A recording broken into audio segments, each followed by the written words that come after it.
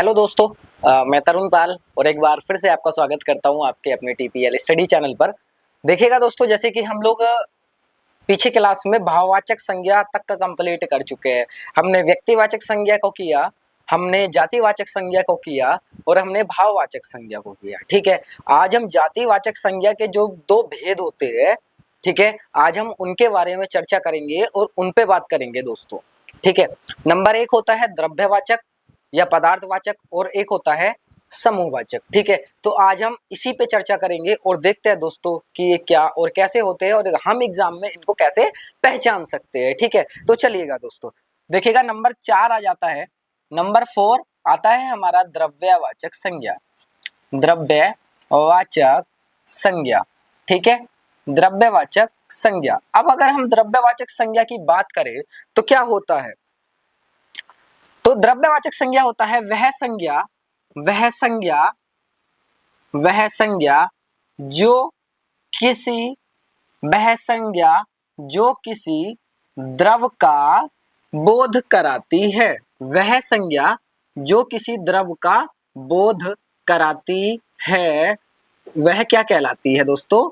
वह हमारे प्यारे साथियों द्रव्यवाचक संज्ञा कहलाती है। ठीक है, आई होप आप समझ पाए होंगे और आपको अच्छे से ये समझ में आया होगा। डेफिनेशन कुछ ज्यादा नहीं करना है दोस्तों, सिर्फ क्या है, द्रव्यवाचक संज्ञा वह संज्ञा जो किसी द्रव का बोध कराती है, द्रव्यवाचक संज्ञा कहलाती है। सिर्फ आपको इतना समझना है अभी। ठीक है, देखिएगा अब एक तो दोस्तों देखो, द्रव और द्रव्य में हम अंतर देख लेते हैं। एक होता है द्रव्य और एक होता है द्रव।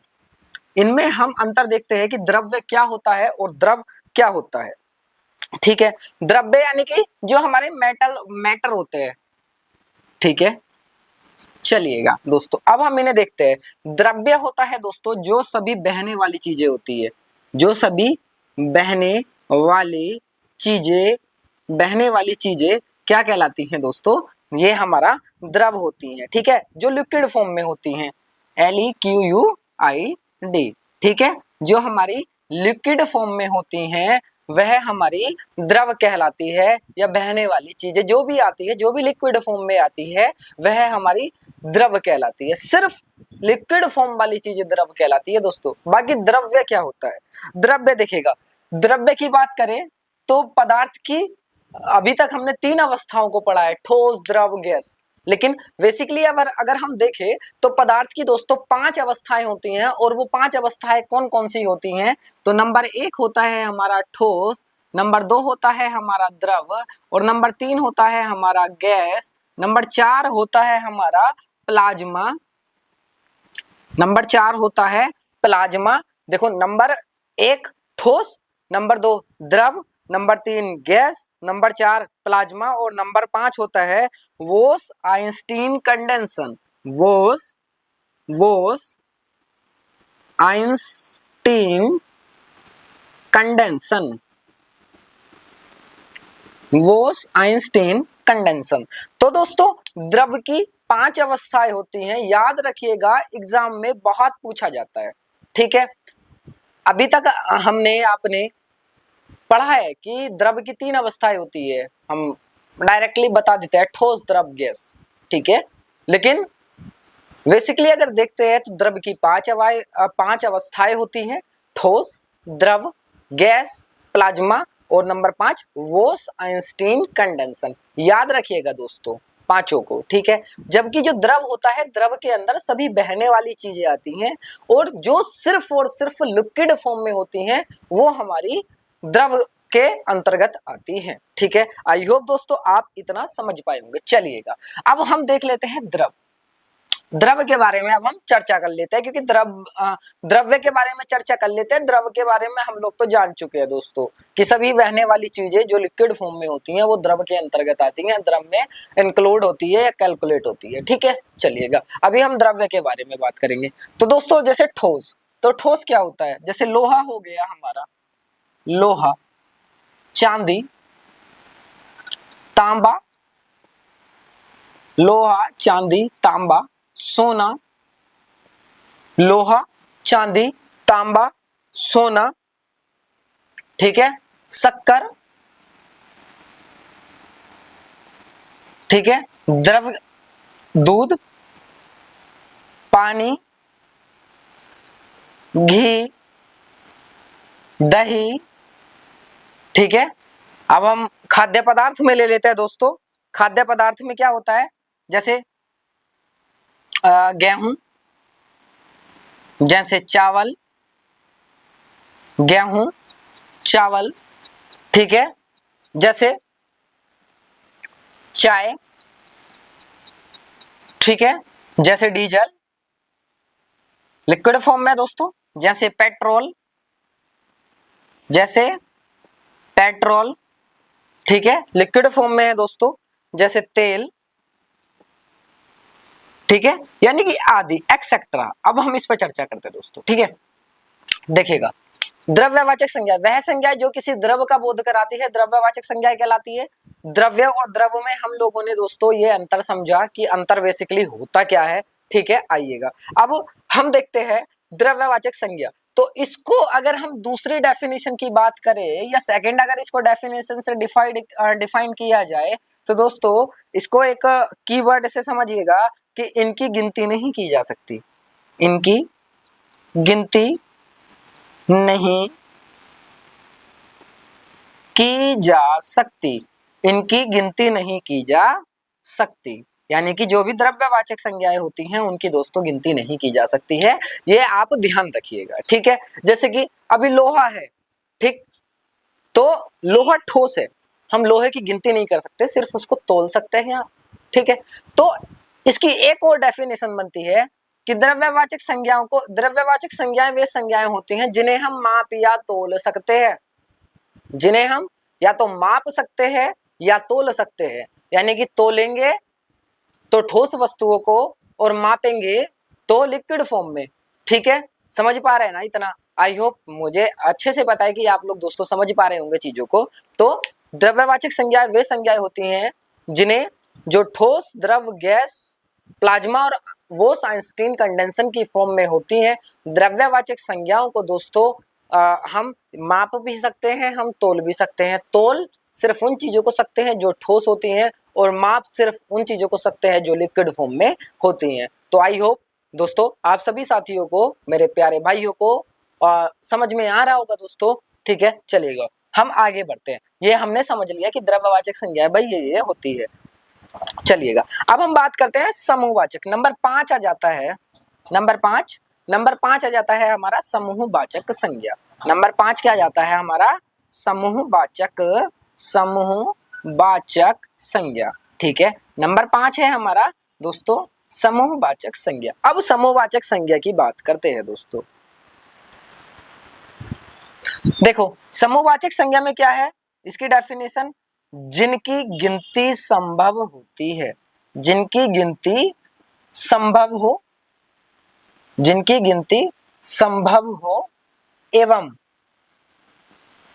एक एवं समूह या दल को दर्शाती हो, एवं समूह या दल को,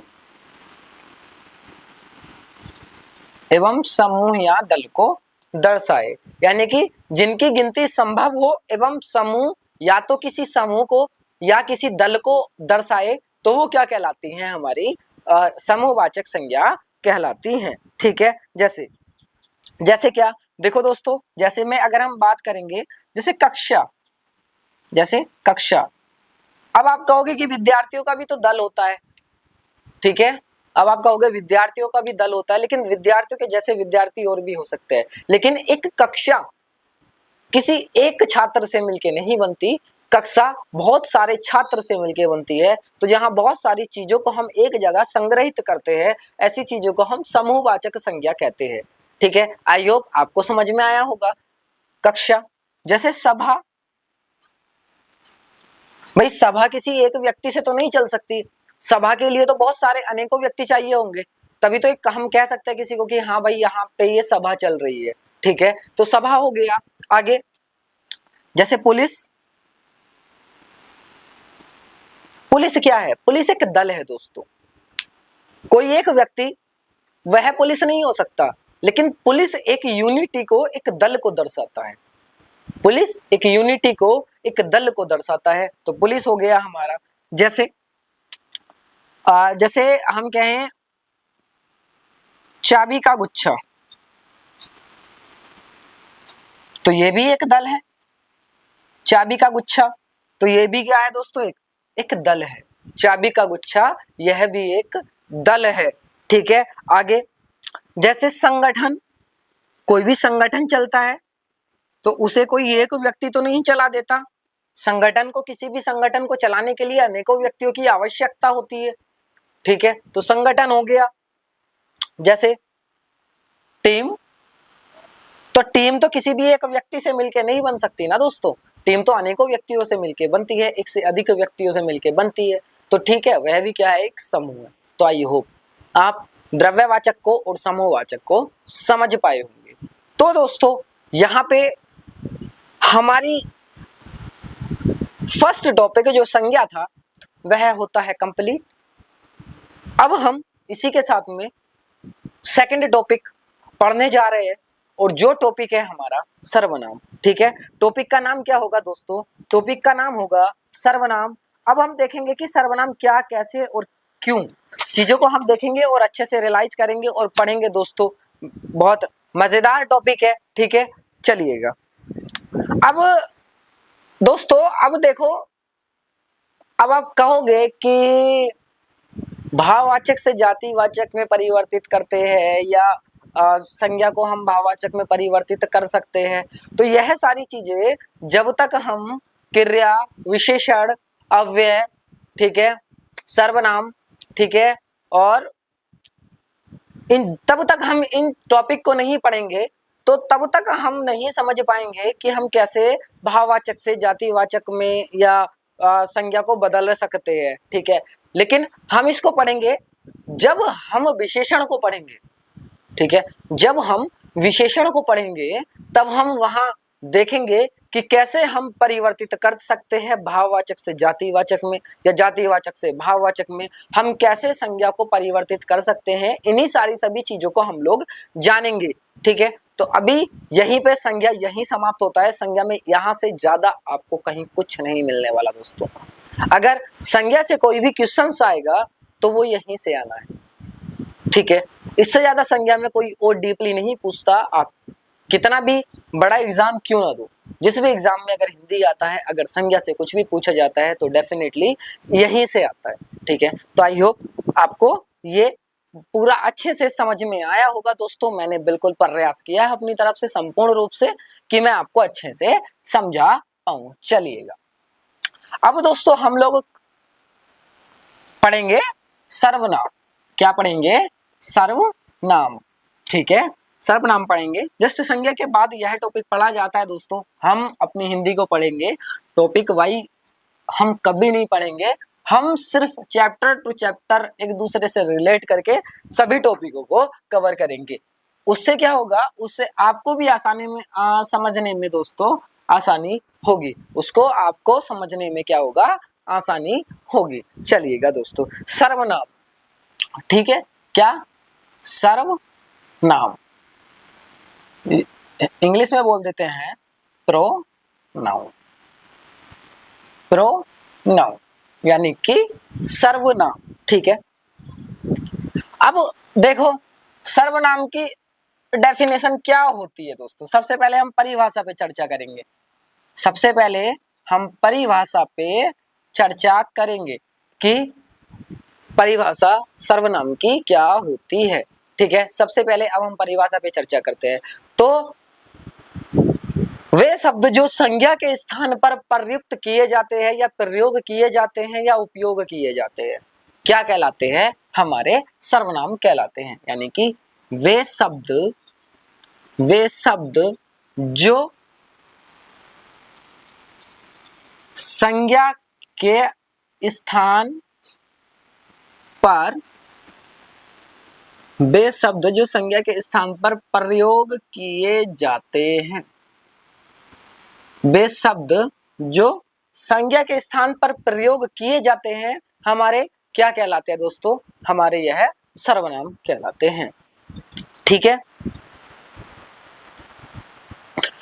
अब अगर इसको दूसरे रूप में देखें, अगर इसको दूसरे रूप में देखें तो इसकी डेफिनेशन एक और हो सकती है दोस्तों, लेकिन वो होगी कैसे ये समझ लेते हैं। अभी आप बिल्कुल ध्यान से सुनिएगा। जैसे मैंने आपके सामने कहा, मैंने आपसे कहा दोस्तों, राम क्रिकेट खेलता है, राम क्रिकेट खेलकर घर आता है, राम घर आकर खाना खाता है, राम खाना खाकर सो जाता है। अब यहां एक ही शब्द राम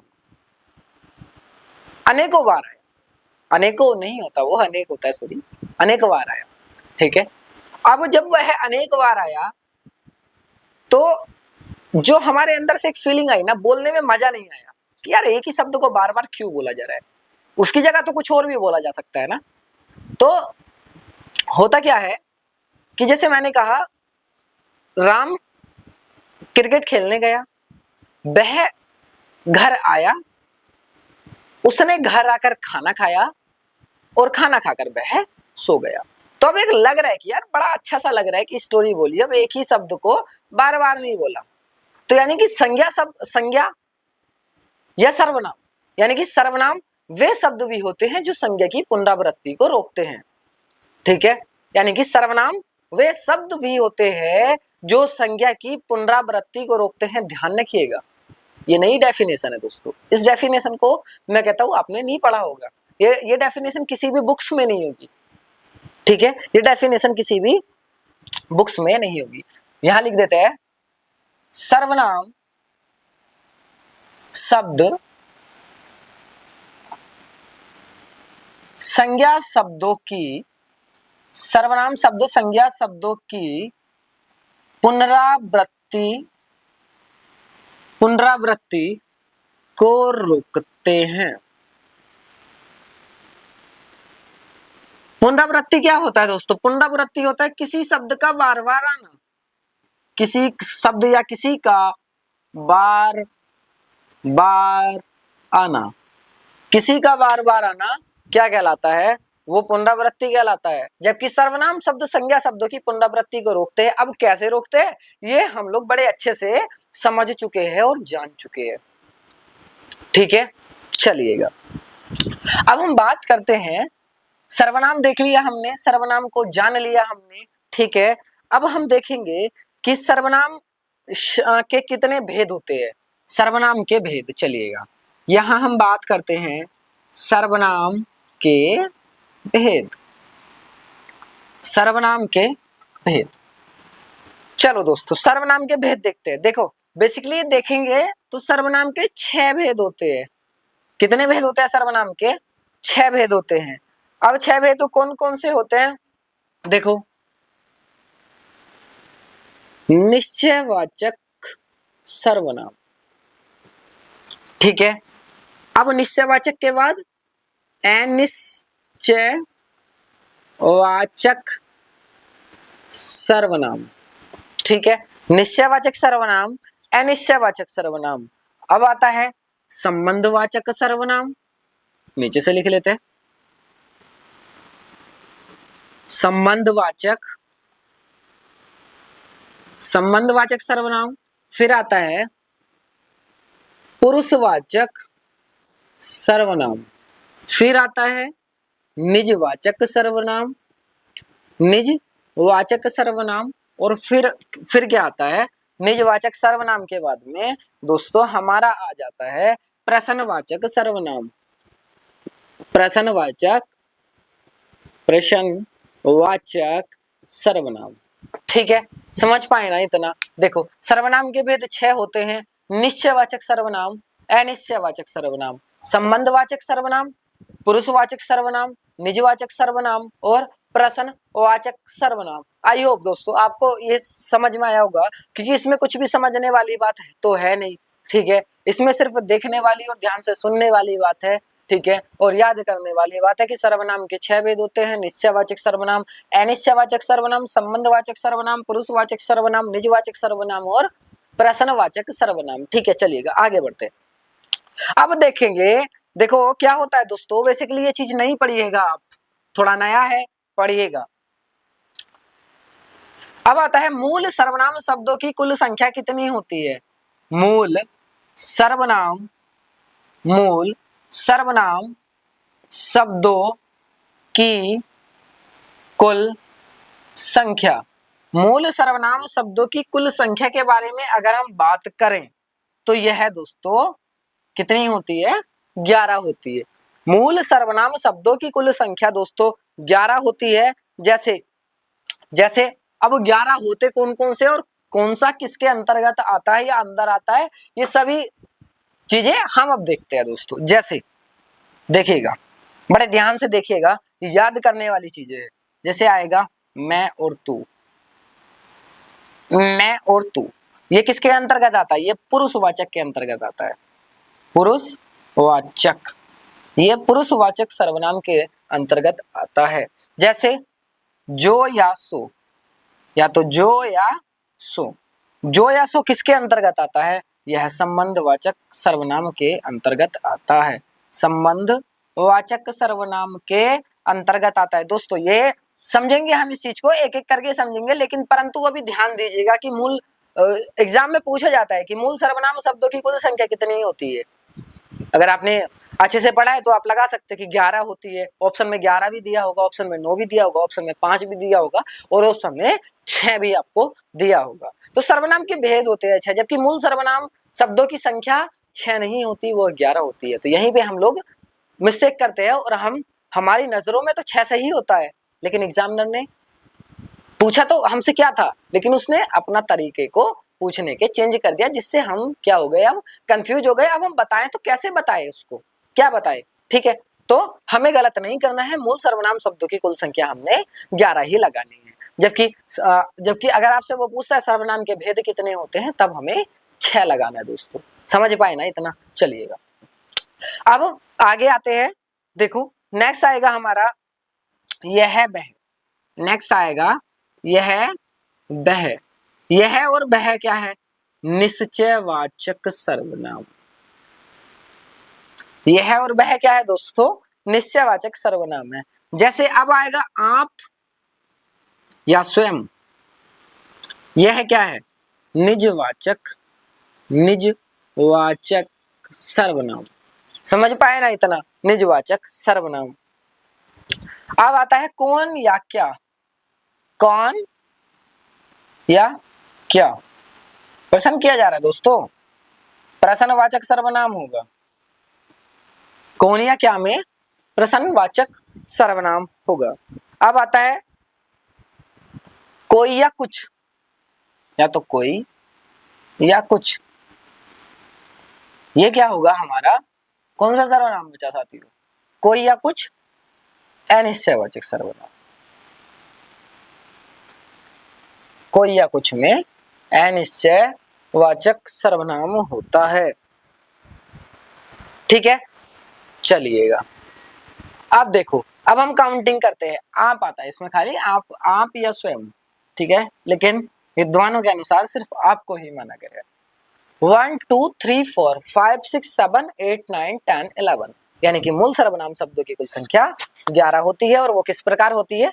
जैसे पुरुषवाचक सर्वनाम में कौन कौन से शब्द आते हैं? मैं या तू, तो इससे बनता है, इससे शब्द बनते हैं मैं, मैंने, मुझे, मेरा, मुझको, तू, तूने, तुझे, तेरा, तुझको। तू से भी बनता है तुम, तुमने, तुम्हें, तुम्हारा, तुमको। ठीक है, समझ पाए ना? तो तुमने मुझे क्यों डांटा, तो जो तुमने है वो क्या है? वो पुरुषवाचक सर्वनाम। लेकिन अगर हम देखें तो प्रश्नवाचक सर्वनाम भी हो सकता है। तुमने मुझे क्यों डांटा, अगर तुमने को रेखांकित करेगा तो पुरुषवाचक सर्वनाम, अगर क्यों को रेखांकित करेगा तो प्रश्नवाचक सर्वनाम। थोड़ा समझिएगा, डिफिकल्ट है। ठीक है, जो या सो संबंधवाचक, जो तुम्हारे साथ है वह मेरा भाई है, तो दोनों का रिश्ता हो गया ना। जो तुम्हारे साथ खड़ा है वह मेरा भाई है, तो तुम्हारे साथ कौन है? अब जो भी तुम्हारे साथ है वह मेरा भाई है, तो मेरा और उसका क्या हो गया? संबंध हो गया। आगे यह और वह निश्चयवाचक। यह कलम मेरी है, वह जो सामने दिख रहा है वह मेरा साथी है, तो क्या हो गया? निश्चय हो गया, चीजें निश्चित हो गई। आप, मैं यह काम स्वयं करूंगा, खुद करूंगा, अपने आप करूंगा, तो क्या है वो मेरा निजी मामला है, मैं उसको स्वयं करना चाहता हूं। ठीक है। कौन, तुम कौन हो, तुम क्या कर रहे हो, प्रश्नवाचक सर्वनाम। दरवाजे पर कोई आया है, अनिश्चय वाचक सर्वनाम है। नहीं पता भाई कौन आया है, लेकिन मुझे तो ज्ञात नहीं है, लेकिन कोई आया है, बस इतना पता है। ठीक है। कुछ, क्या तुमने कुछ खाया, अनिश्चय वाचक सर्वनाम।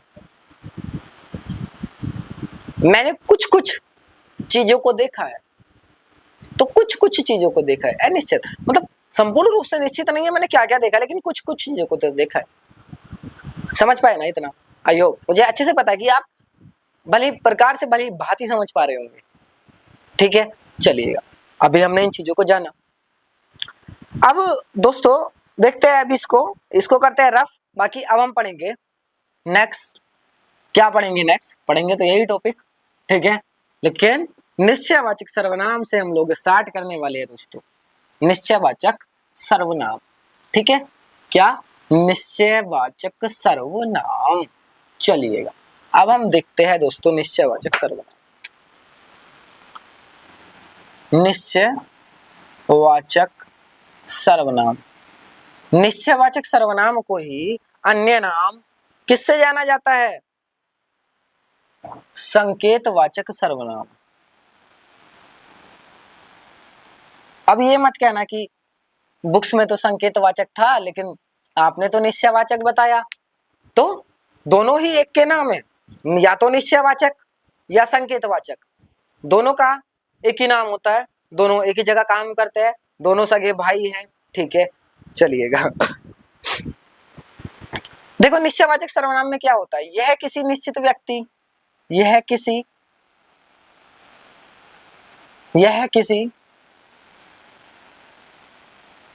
निश्चित व्यक्ति या वस्तु का बोध कराता है, बोध कराता है। यह किसी निश्चित व्यक्ति या वस्तु का बोध कराता है, निश्चयवाचक सर्वनाम या संकेतवाचक सर्वनाम कहलाता है। ठीक है, चलिएगा, देखो एग्जाम्पल से समझते हैं, देखते हैं, या समझने की आवश्यकता है, आपको बहुत समझने की आवश्यकता है दोस्तों। यह मेरा पेन है, यह मेरा पेन है, समझिएगा, समझने की आवश्यकता है बहुत ज्यादा।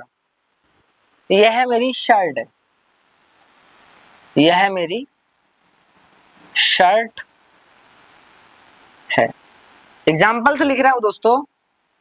ठीक है, अभी देखेंगे इसको, यहां बहुत ज्यादा कंफ्यूजन होता है। यह मेरा घर है, यह मेरा घर है, सबसे ज्यादा हम लोग यहीं पे गलती करते हैं, मैं खुद भी गलती करता था, मैं खुद भी गलती करता था दोस्तों। चलिएगा, ये मेरे हथियार हैं, ये मेरे हथियार है, और मेरा हथियार क्या है, मेरा हथियार क्या है, ये कलम, यह मेरा हथियार है। ठीक है, चलिएगा,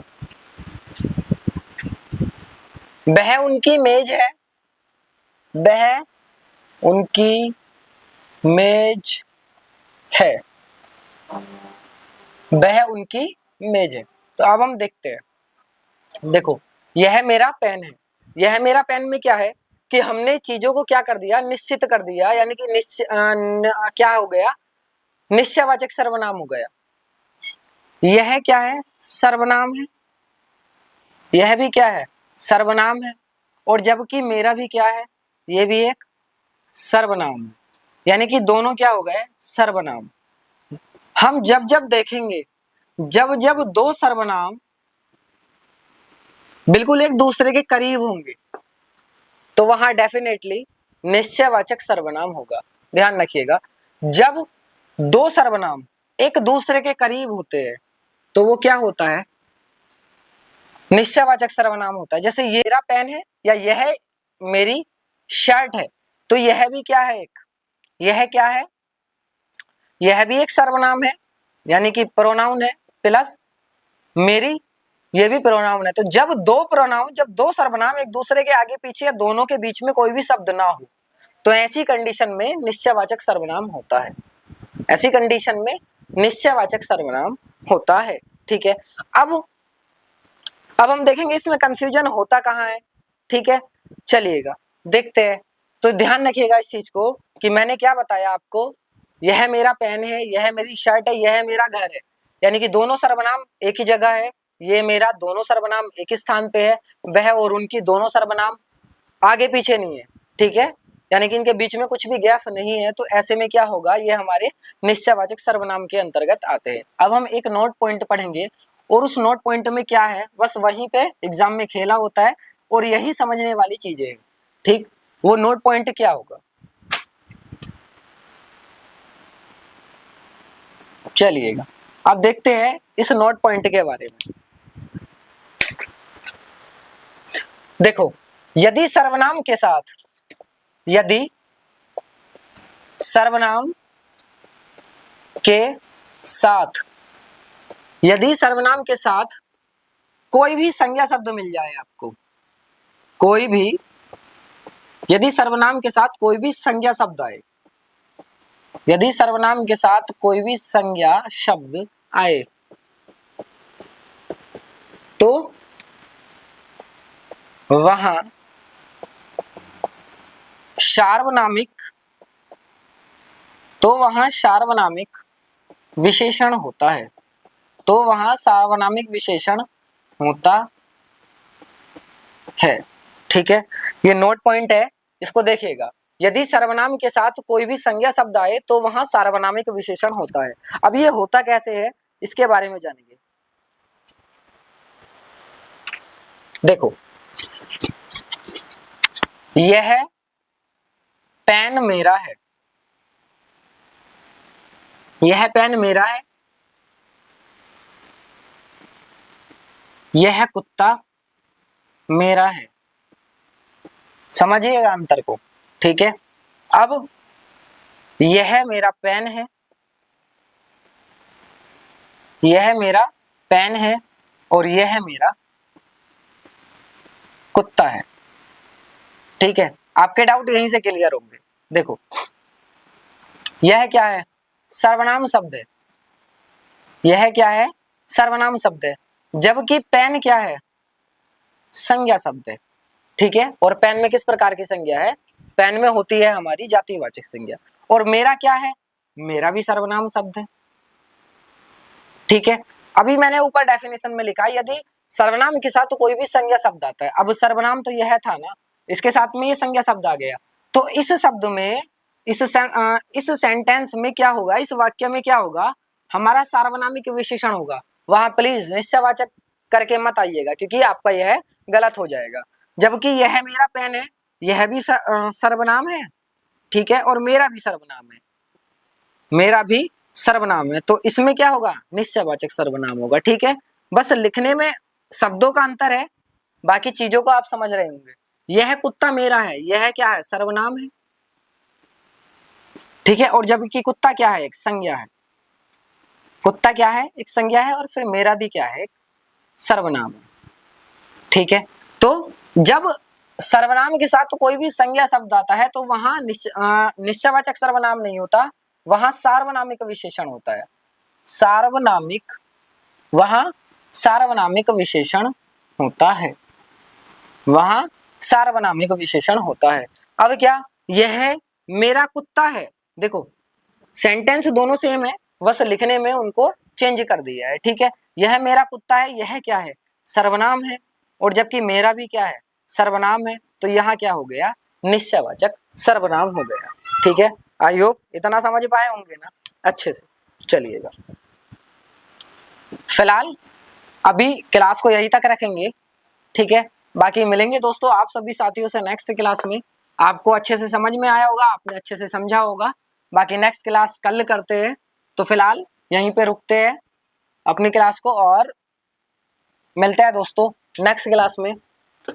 ठीक है, आप सभी साथियों को अच्छे से समझ में आया। नेक्स्ट क्लास में मिलते हैं, तब तक के लिए गुड बाय, नमस्ते, राधे राधे दोस्तों।